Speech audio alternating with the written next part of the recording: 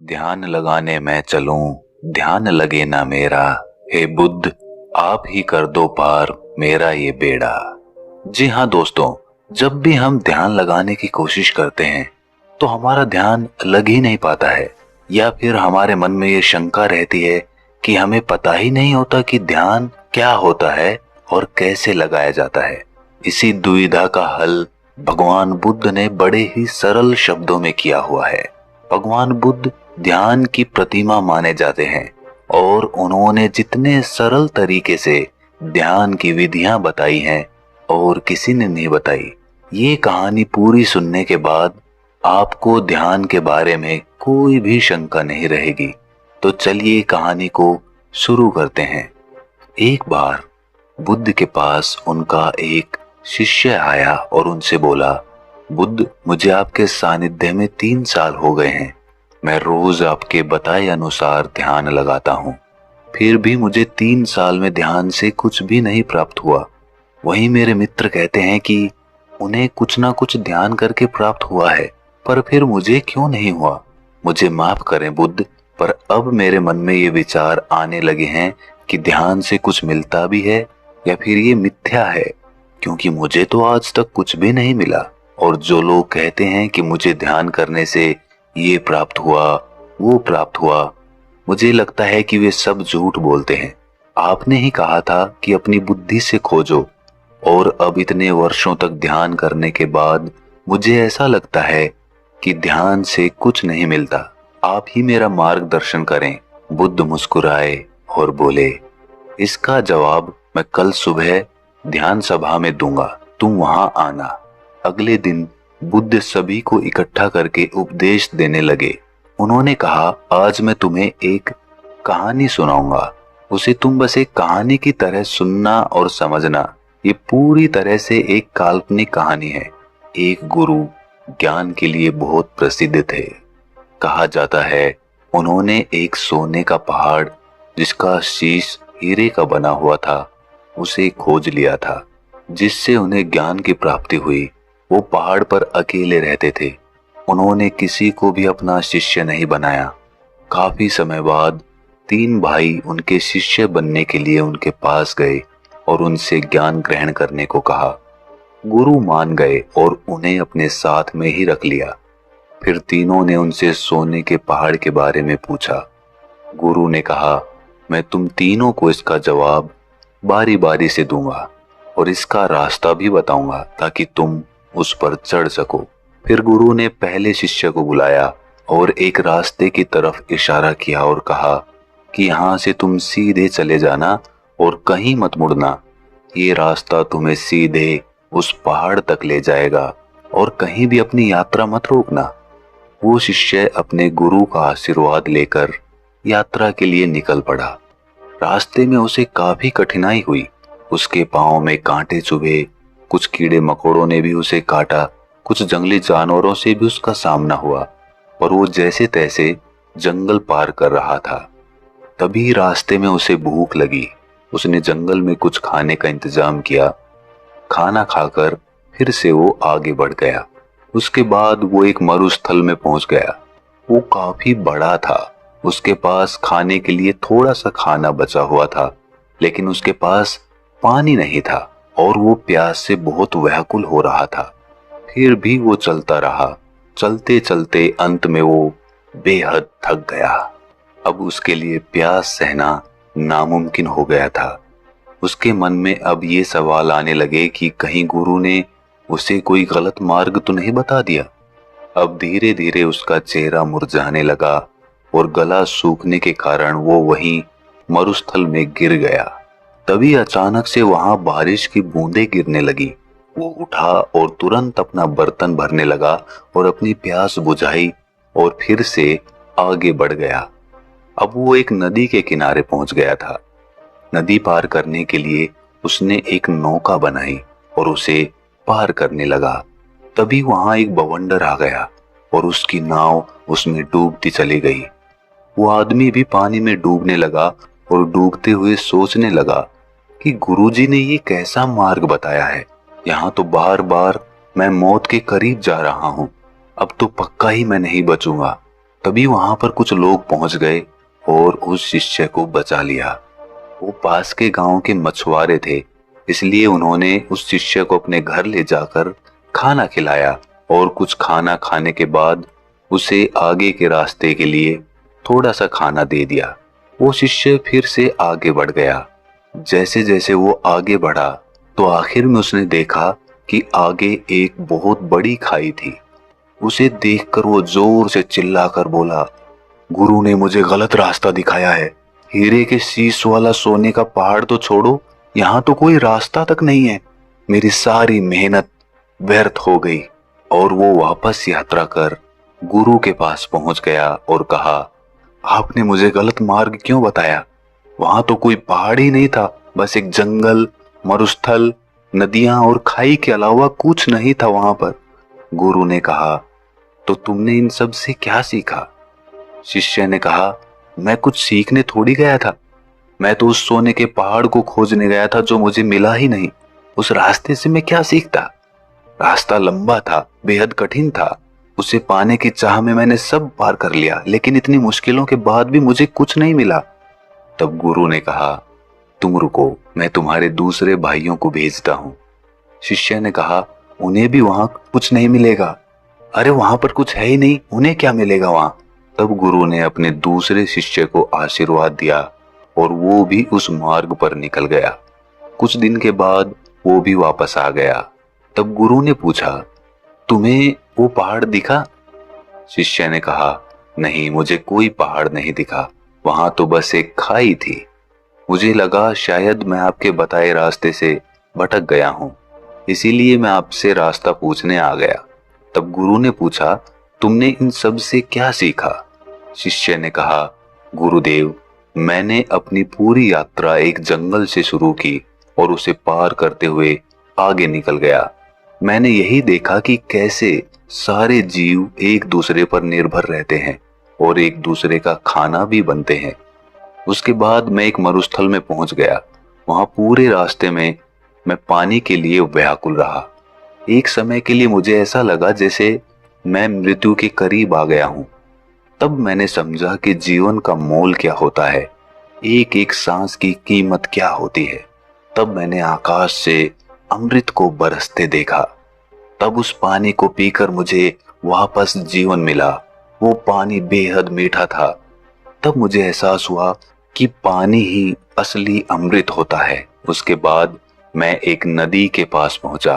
वो बेहद सुंदर थी। उसका पानी बहुत बहुत साफ था। वहां पर बने बांस के पेड़ों को काटकर मैंने एक नौका बनाई, जिसके द्वारा मैं उस नदी को पार कर रहा था। तभी वहां पर एक बवंडर आ गया। मैं डूबने लगा। तब मुझे कुछ मछुआरों ने वहां पर बचा लिया। तब मुझे एहसास हुआ कि मुसीबत के सामने हम हमेशा चाहते हैं कि कोई हमारी मदद करे, लेकिन हम कभी किसी की मदद नहीं करते। उसके बाद उन मछुआरों ने मुझे अपने घर ले जाकर भोजन कराया। वहां मैंने देखा कि कैसे लोग भूख के मारे तड़प रहे हैं, एक बेहतर जीवन के लिए तरस रहे हैं। कोई बीमार है तो किसी का इलाज चल रहा है। कोई पत्नी अपने पति के वियोग में रो रही है। मुझे जड़ी बूटियों का थोड़ा ज्ञान था, जिसके कारण मैंने वहां एक बीमार बच्चे का इलाज किया और उसे ठीक कर दिया। तब मुझे महसूस हुआ कि दूसरों की मदद करने पर कितना सुकून मिलता है। उन मछुआरों के पास खुद के लिए खाना नहीं था, फिर भी उन्होंने मुझे भोजन कराया और रास्ते के लिए भोजन भी दिया, जिसे लेकर मैं आगे की यात्रा पर निकल गया। उसके बाद आगे मैं एक खाई के पास पहुंच गया। वो मुझे एकदम शांत लगी। वहां किसी की आवाज सुनाई नहीं दे रही थी, बस मैं अपनी सांसों को सुन रहा था। उस समय मुझे लगा कि मैं आपके बताए रास्ते से भटक गया हूं, क्योंकि वहां कोई भी सोने की चट्टान नहीं थी। तब मैं वापस आपके पास आया, दोबारा से सही मार्ग पूछने के लिए। शिष्य ने कहा, हे गुरुदेव, क्या मैं गलत मार्ग पर चला गया था? गुरु ने कहा, नहीं, तुम बिल्कुल सही मार्ग पर गए थे और जल्द ही तुम्हें वो पहाड़ भी मिल जाएगा। तब गुरु ने अपने तीसरे शिष्य से पूछा, क्या तुम भी पहाड़ खोजना चाहते हो? तब शिष्य ने कहा, गुरुदेव, मुझे उस रास्ते पर पहाड़ मिलेगा या नहीं ये तो मैं नहीं जानता, लेकिन मेरे शिष्य भाइयों ने जो वहां के बारे में बताया है मैं उसे जानना चाहता हूँ। तब तीसरा शिष्य गुरु का आशीर्वाद लेकर यात्रा पर निकल पड़ा। कुछ दिन बाद वो शिष्य वापस आया। गुरु उसे देखकर समझ गए थे कि उसे वो पहाड़ मिल गया है। उसके चेहरे पर अलग ही चमक थी, वो काफी शांत था। शिष्य ने गुरु को प्रणाम करते हुए कहा, हे गुरुदेव, आपने जो मार्ग दिखाया उसका मैं बहुत आभारी हूँ। मुझे वो सोने का पहाड़ मिल गया है जिसका शीश हीरे का बना हुआ है। ये सुनकर बाकी दोनों शिष्य बोले, क्या तुम्हें वो खाई मिली? तीसरे शिष्य ने कहा, हाँ, मुझे मिली थी। मैंने भी वो सब अनुभव किया जो तुमने किया था। आखिर में मुझे वो खाई मिली जहां अपार शांति थी। इतनी शांति मुझे कहीं नहीं मिली। मुझे पता था मैं सही मार्ग पर हूं। पहाड़ यही है। उसे ढूंढने के लिए मैंने खाई में कदम बढ़ा दिया। उस समय मेरे मन में भी बहुत सी आशंकाएं थीं, लेकिन मैंने 2 बार मृत्यु को करीब से देख लिया था, इसलिए मुझे उसका भय नहीं था। अब मुझे बस वो पहाड़ ढूंढना था और मैंने अपना कदम उस तरफ बढ़ा दिया। जब मैं आगे बढ़ा तब मैंने देखा कि मैं खाई में गिरने की जगह हवा में उड़ रहा हूं और इसी तरह मैं उस खाई पर आगे बढ़ता चला गया और मैंने वो खाई पार कर ली। जब मैं आगे पहुंचा तो वहां काफी अंधेरा था, बिल्कुल भी रोशनी नहीं थी।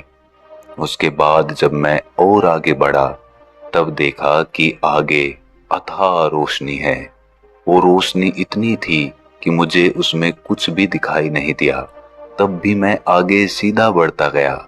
उस समय भी मैं बेहद डर रहा था, कांप रहा था, लेकिन फिर भी मैं आगे बढ़ता रहा और अंत में मुझे वो सोने का पहाड़ मिल गया जिसका शीश हीरे का था। उसके ऊपर जाने के बाद मेरा मन बिल्कुल शांत हो गया। बेहद खुशी हुई और मन आनंदित हो उठा। कहानी पूरी होने के बाद बुद्ध ने सबसे पूछा कि तुमने इससे क्या सीखा? तब बुद्ध के शिष्य उनके सामने हाथ जोड़कर खड़े हो गए और कहा कि हे बुद्ध, उन तीनों शिष्यों के गुरु ने जो रास्ता उन्हें दिखाया था वो रास्ता उनके अंतर्मन का था। पहले शिष्य की लगन और निष्ठा सही थी, लेकिन वो महत्वाकांक्षी था। उसने मार्ग में आई किसी भी चीज से कुछ भी ज्ञान प्राप्त नहीं किया। वो पूर्ण रूप से महत्वाकांक्षी हो गया। उसके मन में बस वो पहाड़ चल रहा था, जिसकी वजह से वो आसपास की चीजों से कोई भी सीख नहीं ले सका, जबकि उसके आसपास ज्ञान ही ज्ञान था। दूसरे शिष्य ने सब देखा और समझा कि प्रकृति कैसे काम करती है, जीवन कैसे जिया जाता है, मौत के समय कैसा लगता है। उसने मौत और सांसों के मूल्य को समझा। उसने अमृत को पहचाना कि पानी ही अमृत है। वो आखिर तक गया और उस छोर से वापस आ गया जहां उसे मंजिल मिलनी थी। वो उस खाई को देखकर घबरा गया जिसकी अथाह शांति उसको पसंद आई थी, लेकिन वो ये नहीं समझ पाया कि वही उसका रास्ता है और वो उसे गलत मार्ग समझकर गुरु के पास वापस लौट आया। लेकिन इस यात्रा से उसने कुछ पाया, लेकिन तीसरे शिष्य के मन में उस पहाड़ को पाने की कोई जिज्ञासा नहीं थी। वो तो बस उस मार्ग को जानना चाहता था, उसे देखना चाहता था जो उसके साथियों ने देखा था। आखिर में वही हुआ, उसने हर चीज अनुभव की। फर्क बस इतना था कि वो उस खाई की गहराइयों में चला गया जहां एकदम अनंत शांति थी।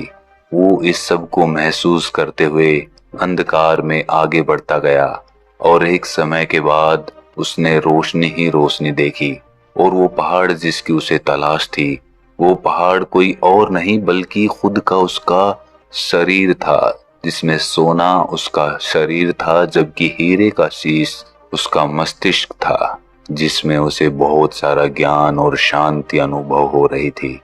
अब जिस शिष्य ने बुद्ध से कहा था कि उसने 3 साल में ध्यान से कोई भी चीज प्राप्त नहीं की, वो बुद्ध से जाकर बोला कि मुझे माफ कर दें, पहले मैं आपका पहला शिष्य बना हुआ था, लेकिन अब मैं कोशिश करूंगा कि आपका दूसरा शिष्य बनकर दिखाऊं। अब मेरे मन में कोई भी दुविधा या सवाल नहीं है। दोस्तों, हम सब का ध्यान मंजिल की तरफ होता है, लेकिन असली आनंद तो रास्ते का होता है, मार्ग का होता है। और जो व्यक्ति मार्ग का आनंद लेते हुए मंजिल का सफर तय करता है, वो मंजिल तक पहुंचते पहुंचते ही अथाह शांति को प्राप्त कर लेता है। और जो आदमी सिर्फ मंजिल पर पहुंचने की चिंता करता है, वो मार्ग का आनंद ही नहीं ले पाता। इसीलिए मंजिल से ज्यादा मार्ग जरूरी हो जाता है।